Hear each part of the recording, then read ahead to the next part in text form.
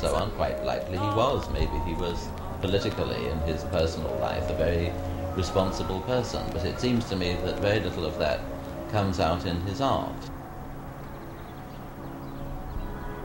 Humanism was a thing which was very dear to his heart, particularly because of the severity of our crisis and for the whole situation in our time.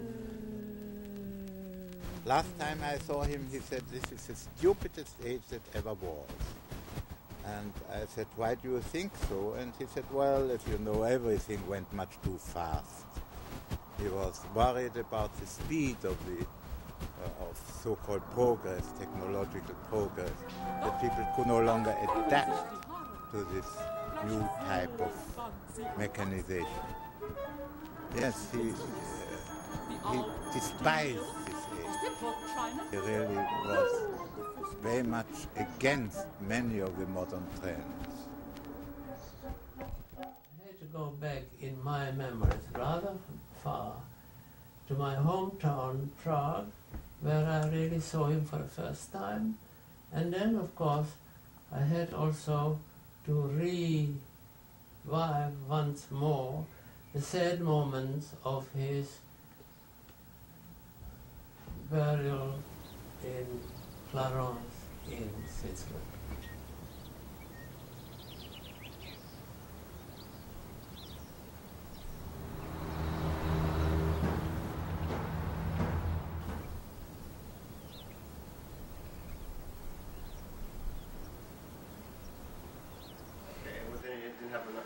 Much faith in the people in power, I think. Or you can say that again, he didn't have much faith in the people in power. That's common to almost all artists and certainly all avant-gardists. Most people, after they feel very revolutionary during their teenage years and maybe just about to the end of their teenage years, but artists usually stay the same way throughout their lives. They are revolutionaries, they are fighters. They fight for a better world.